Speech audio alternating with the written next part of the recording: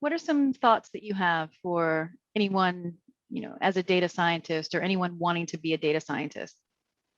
I would say that it's really important to be comfortable with change. That's just the Mhm. new norm now. Yeah. And, you know, be flexible with your goals. You start out with data science, see where it leads.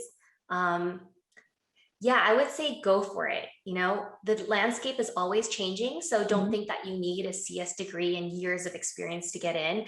This is actually changing a lot. Technology is newer and newer, so get your foot in the door, learn the terminologies, get comfortable with understanding the landscape, get certified.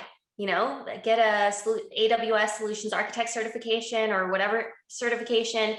Um, it's okay not to have a job work experience Right. in the industry. Get certified.